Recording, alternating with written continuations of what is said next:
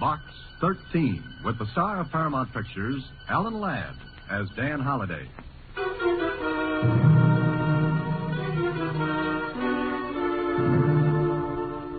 Box 13, care of Star Times. I don't know whether going after a ghost is your idea of an adventure, but I think I may have one for you. I don't believe in ghosts either. At least I don't think I do. However, if you're interested, my name is Michael Davis. I'm an artist, and my studio is at 183 Lincoln News. I'm there almost all day.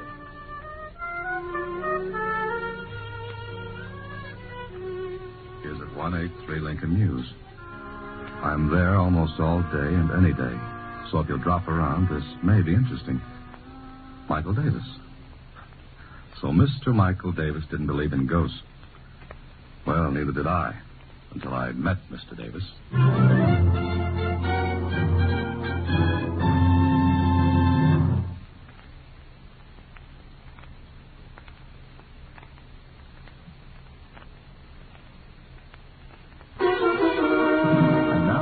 To Box 13 and Dan Holliday's newest adventure, The Haunted Artist. Ghosts? Gee, Mr. Holliday, are there such things? Ever see a bank account after March the 15th? Huh? Skip it, Susie. Michael Davis. He says he's an artist. Do you know anything about art, Susie? Well, I've been to the museum where they have that statue of the Venus de Milo. That's Venus de Milo. The one without arms? Uh-huh. Oh. Well, art is long and time is fleeting, and the same goes for Dan Holliday. And it looks like a trip to Mr. Michael Davis is in order. See you later, Susie. A half hour later, Michael Davis and I were introducing ourselves and shaking hands. I liked him, and he looked like an artist, except when he grinned. Then he looked and seemed a lot younger than his, 33 or 4. And he grinned as he said, So you advertise for adventure just to get plots for your stories, huh? Yes, it's a general idea. Maybe I'll be able to use yours. Well, this sounds insane, but I think this studio is haunted. Or I am. Why? Do you hear the patter of cold little feet and the clank of chains at night? I wish I did instead of... Oh, come and look. You see that easel in the corner? Mm-hmm. There's a painting on it. I've got it covered now, but... But what? Well, look. Take a good, long look. I did. What I saw was one of those surrealist things. It was a desert with queer figures raising their arms to a brassy sky and a vicious-looking sun. Well, somehow it gave me the shivers. I was staring at it when... Well, Holliday, what do you think of it? What am I supposed to think of it? Meaning you don't like it?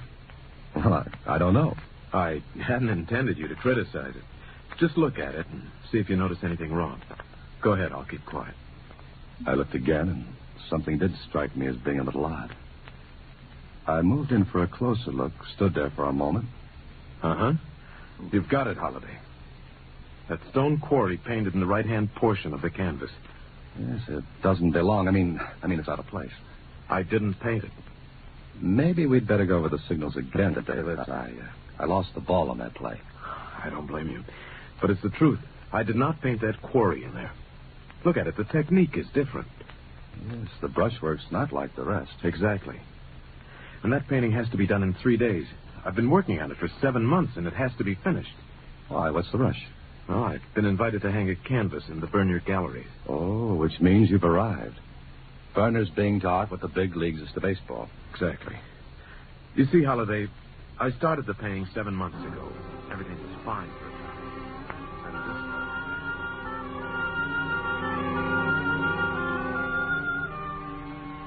What Davis told me was this. He'd finish work in the evening, cover the painting, and turn in. Then, in the morning, when he'd take the cover off the canvas, the quarry would be painted in. It happened 6 times. The last time was the night before he wrote his letter to Box 13. He was sure no one had entered his studio during the night. He'd locked his windows and doors, but still it happened. It's driving me crazy. I've lain awake at night trying to catch the person responsible, but nothing doing. He never shows up when I'm waiting for him. Have you told the police? Oh, sure. They thought I was just 2 steps ahead of the man in the white coat. Huh. You're sure you've locked up every night? Look at the door. New locks, 2 of them. Even the window fasteners are brand new. Those are the only entrances. And exits. No, Holiday. No one comes in through the doors or windows. I'll swear to it. But someone has to, Davis. Unless I am leaving the rails. No, I don't think so. Thanks. Even my best friends won't tell me that. Well, Marshal, darling, I brought dinner. Oh, Come on in, Betty. here, Mike. Here, take some of these sausages. Yeah. Betty, this is Dan Holiday. Dan, this is my fiancée, Betty Harper. Hello, Dan. And my name is Betty. well, thanks. I'll use it. Yeah. Mike, darling, I've invited Kit and Ann for dinner. Is that all right? Sure. Will you stay, Dan? Well, I'm afraid I can't. Besides, I'm unexpected. Oh, no, we've got plenty. Spaghetti, salad, wine. Oh, be careful of that bottle, Mike. Here, let me have it. Thanks, bursting. Please, I'm not a child. That's a matter of opinion. You will stay, won't you, Dan? Well, Oh, please do. We can talk some more about my problem. Problem. Your problem, Mike? Oh, yes. Dan's going to help about the painting. Oh, And I'm a child, huh? There goes the wine. that was clumsy, wasn't it? accidents will happen, Betty. If I can put in that bromide. Oh, Mike, I just remembered. We're to go to the Suttons after dinner. Huh? Oh, that wasn't a We promise. can't refuse them again. But Dan's going to... As a matter of fact, I can't stay anyway. I have an engagement, too. Well, all right, but you will return tomorrow, won't you? Sure, I'll be glad to. Good night.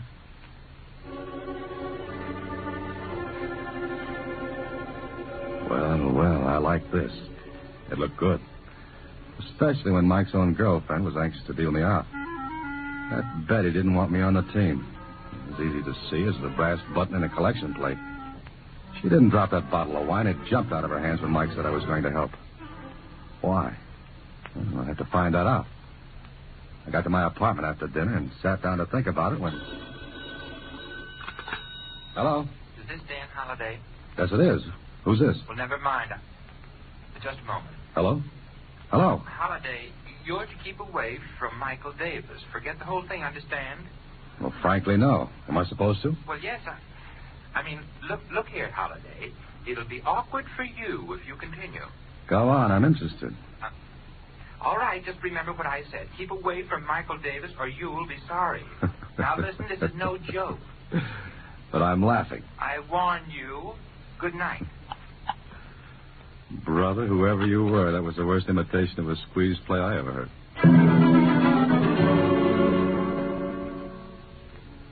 Are you kidding, Dan? No, someone called me last night, wanted me to keep away from you. Why, it must have been a joke. Does anyone want to keep this painting out of the burner galleries for some reason? I thought of that. You mean sabotage, sort of? Yeah, that's it. Well, who? No one I know. You're sure, Mike? Of course. You done any work on the canvas today? Yes, I scraped off the stone quarry and started my own work again. Then I've got an idea. What time is it? 4 o'clock. Why? Got any sealing wax? Sealing wax? Well, no, I haven't. Well, can you get some? Well, yes, there's a store a block down the street, but what do you want with sealing wax? Well, for one thing, we're going to prove there's no ghost.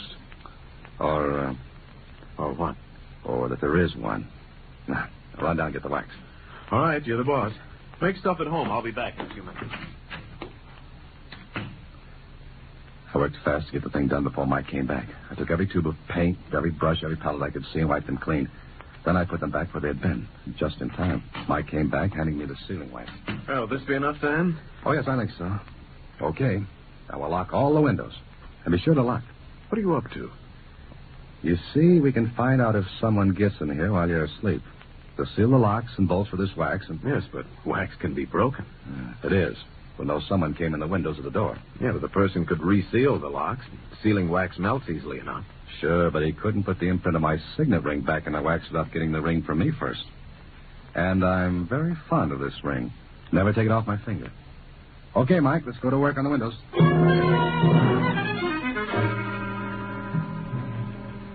All right, that does it. Both windows sealed. If our ghost gets in now, he'll have to break the wax. You know, there's only one thing wrong. What, Mike? I won't be able to sleep tonight. Oh, well, take something. You've got to sleep because your visitor won't break in unless you do. Dan, suppose those seals aren't broken in the morning, but the painting's been changed anyway. What then? We both apply for an outside cell. Now, don't do anything more on your painting. And don't touch a thing. Why not? You want me to help you, don't you? Certainly.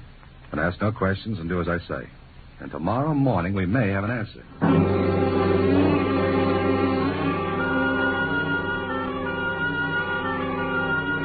It was 11 o'clock that night before I left Mike's studio. He had taken a sedative and was sleeping like a baby. I turned off the lights, checked the seals in the windows. All okay. I let myself out, tried the door. Locked, but good. Then I took the sealing wax and held the hunk of it to go over the keyholes. And I pressed my signet ring against the wax. I even forced the wax into the crack above the door, initialed that. Michael Davis was sealed in. And whoever, or whatever, was doing the dirty work was sealed out. I hoped. When I got home, I set my alarm for 5 the next morning. Yeah, it went off all right. I stumbled out of my bed, into my clothes, and drove to Davis's studio. I wanted to get there before he woke up. I did, because when I listened at his door, there wasn't a sound. I looked carefully at the seals I'd put there the night before. Well, they were intact. I'll swear to it. Then I rang his buzzer. He was quite a sleeper. Apparently taken something and... Who is it? Why don't you come back in a week? It's Dan, Mike. Let me in. Huh? Oh, sure. Do you always get up this early? I have a contract with the park commissioners to wake up the birds. Fine. Shouldn't happen to a vulture. Sleep all right? Oh, like a top. Disturbed at all? Nope. Okay. Let's look at the seals. You bet. Well, this one's all right.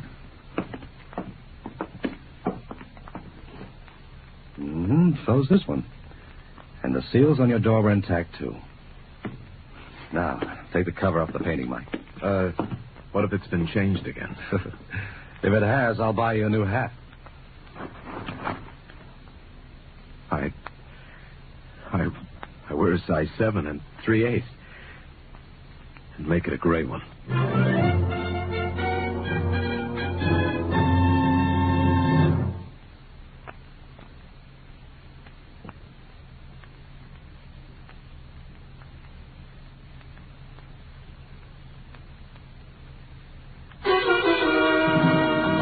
To The Haunted Artist, another Box 13 adventure with Alan Ladd as Dan Holliday. Well, the painting was changed. Davis swore he hadn't done it, and I believed him. But if he hadn't... Okay, there had to be an answer. I took all the tubes of paint, brushes, and palettes with me when I left Davis. Also the painting itself. I wouldn't tell him why. Lieutenant Kling at police headquarters was more curious. What are you doing, taking a home course in detective work? Yes, I'm on my 4th lesson. It's entitled, How to Be a Nosy Cop. What's the gag, Holliday? Look, there's no gag. I just left a guy who was biting his nails so badly he was working on his elbow a few minutes ago. Kling, run fingerprint tests on those tubes and brushes and palettes. Then compare them with the prints on this glass, will you? Whose glass is it? Belongs to an artist friend of mine. I swiped it when he wasn't looking. What have you got in that big package? A body. Whose? All right, it's a painting. And you don't know anything about art. I knew an artist model once. She wasn't as bad as she was painted.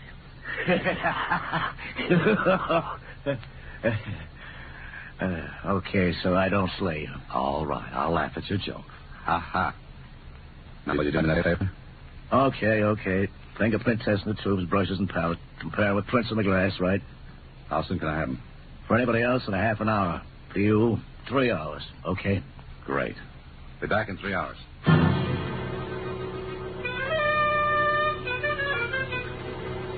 After leaving Kling, I went to the Star-Times and learned the name of an art expert. That is quite good. Yours? No, it's a friend of mine's. Good brushwork. Excellent composition. Wonderful color. And what this?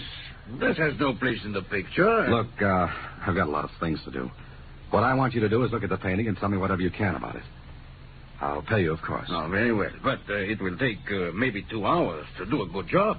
You understand? Oh, yes, sure. I'll be back in 2 hours. Well, it was a merry-go-round. From Kling to the art expert, from him back to Kling. A little less than 3 hours, Dan. Haven't you finished? Sure. Here's your stuff, and here's the report. What's the matter with you? Kling, there's no mistake about this report, is there? Mistake?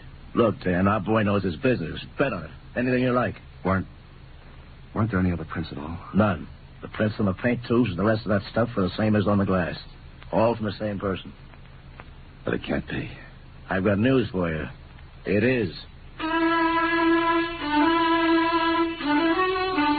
Well, the only person who could have touched those tubes and brushes was Davis himself. Yet why should he sabotage his own painting? One that meant so much to him. And yet, he was asleep when it happened. Or was he? I stopped thinking about it then. I had to get back to the art expert and find out something. Well, it was a day of surprises because when I saw him... Yeah, fine thing. They pushed me and they took the painting. Who? I'm standing here looking when they come in. I have no time to see who they are. When they pushed me, they grabbed the canvas and they're gone. Did you call the police? Yeah, the police come, but I can tell them nothing. Never mind. Were they men, the ones who took the painting? One man, one woman. You're sure there was a woman? Young man, I'm an art expert, but I also know other things. I know a woman when I see one, even for a second. All right. Never mind them now. What did you find out about the painting? Well, not much. I had not much time, but I can tell you this. I think that the right side of the picture was painted by somebody other than the one who painted the rest. You mean that stone quarry wasn't painted by the same artist who did the rest of the picture? No, I do not think so. There's a different technique, one that is familiar, and I think I recognize it. You do? Well, what's his name? The one who painted the quarry. Well, it's a peculiar technique. Some years ago, I handled some paintings by this man. And... All right. Who is he? Luigi Antonetti. Oh. Where can I get in touch with him? Well, what? I want to see him. Where can I reach him? Oh, you're crazy, young man. Luigi Antonetti is dead. Oh, that was great. One more twist like that, and I need a corkscrew to take off my hat. Well, there was one person who could answer a few questions for me. Betty Harper. I got her address from Davis and told him to hold base until he heard from me. I guess Betty didn't expect me. Mr. Holliday, I was just getting ready to go out. Correction, you just came in. Where's that painting? Painting? What are you talking about? Betty, Oh, hello. Hello. Kit, this is Dan Holliday. Kit says Mr. Holliday. Oh, you Holliday? Oh, that voice. The voice of doom over the phone. Well, really, Kit, that was a bad job. Well, Be quiet, Kit. Where's that painting? Now, Mr. Holliday. You know you've let yourself in for a vacation on the taxpayers' money with that trick? Now, really, it was a joke, wasn't it, Betty? Mr. Holliday, Kit really thought he was helping out in a practical joke. Well, wasn't I? Look, will you go? Now, Holliday... Oh. All right. But I must say, it all turned out very stupidly. Okay, Betty. So you've got the painting? Yes. Now, will you please let me alone? Will you let Mike alone? Not before I find out what's going on. What if I told you his career would be ruined? His life ruined, too? Would you still go on? Maybe I don't believe that. But you've got to. I love Mike, and I'm trying to help him. Help him? Look, if Mike doesn't finish that painting, it won't hang in the Burners galleries. What becomes of his career then? You're robbing him of his chance, not helping him. Then I'll rob him of it. I'd rather do that than... Then what? I've said enough. Oh, please, you've got to believe me, Dan. All I want is for Mike to be happy. And all I want to know is what's going on. And what does Luigi Antonetti have to do with all this? How did you find that out? It doesn't matter. Is Luigi Antonetti still alive? He's dead. And how can he paint that quarry on Mike's canvas? Get out of here. You get out. All right. All right, but I'll find out. If you do and any harm comes to Mike, I swear I'll kill you. Now get out.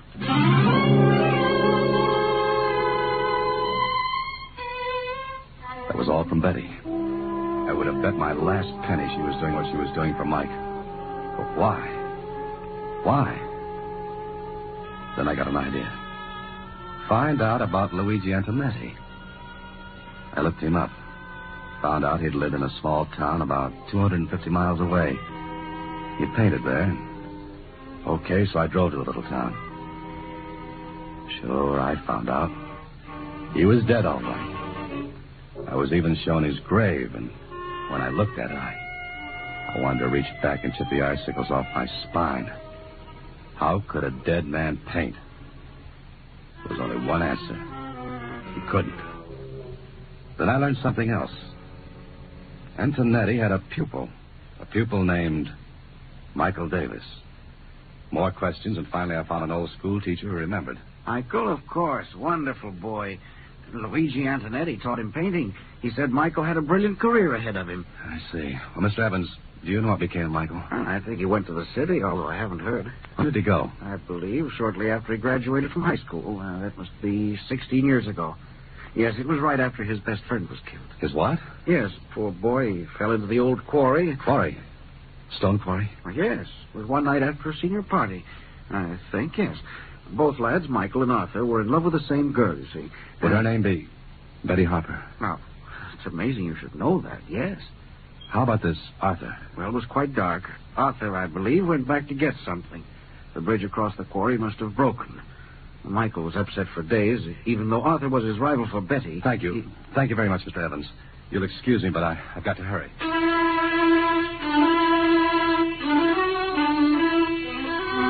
was getting an idea, but I had to put more pieces together.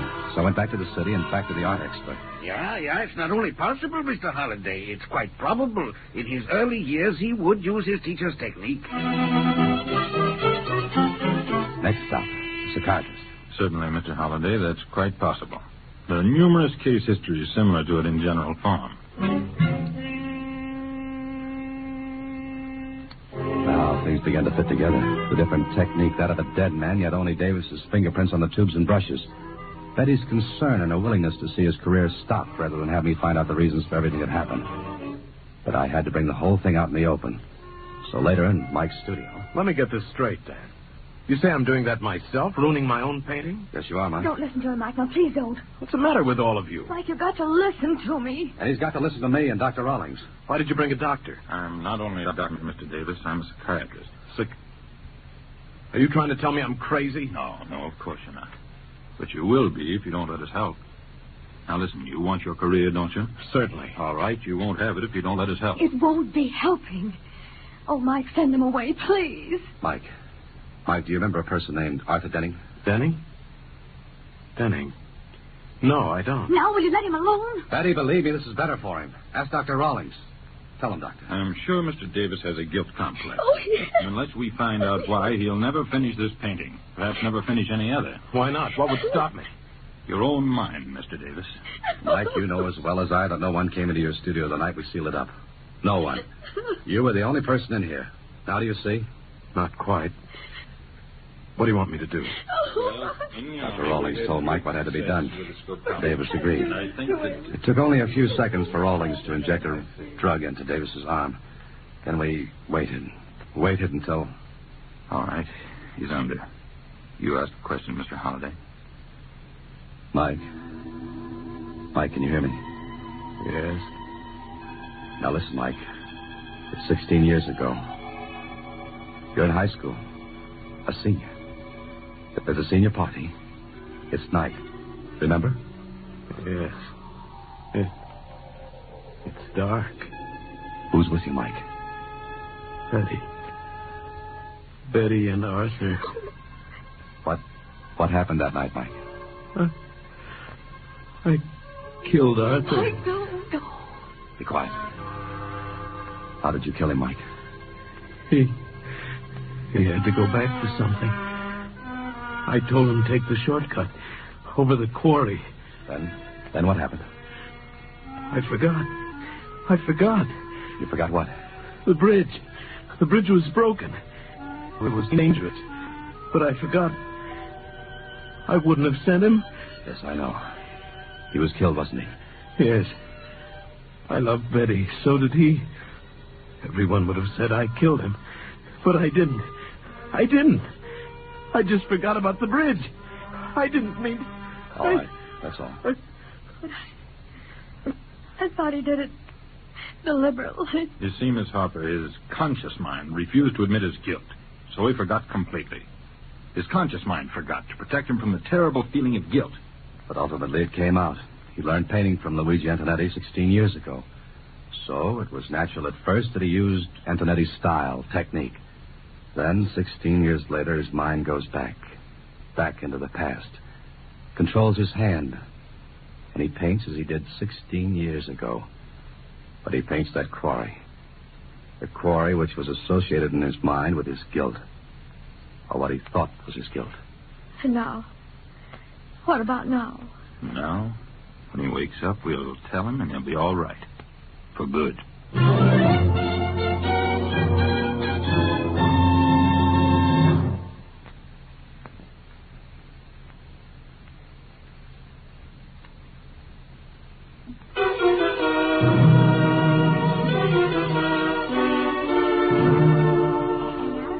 Gallery show have come several new painters of distinction. Not the least of them is Michael Davis, whose intensity of feeling and whose brilliant... That's good enough, Susie. Well, looks like he's all right, doesn't it? Gee, isn't the human mind wonderful? Well, that depends on which way you look at it. Uh-huh. I was psychoanalyzed once. Oh? And what did you find out? We've got a lot of mail to open, Mr. Holliday. Oh. Good night, Susie. Next week, same time, Alan Ladd stars as Dan Holliday in Box 13.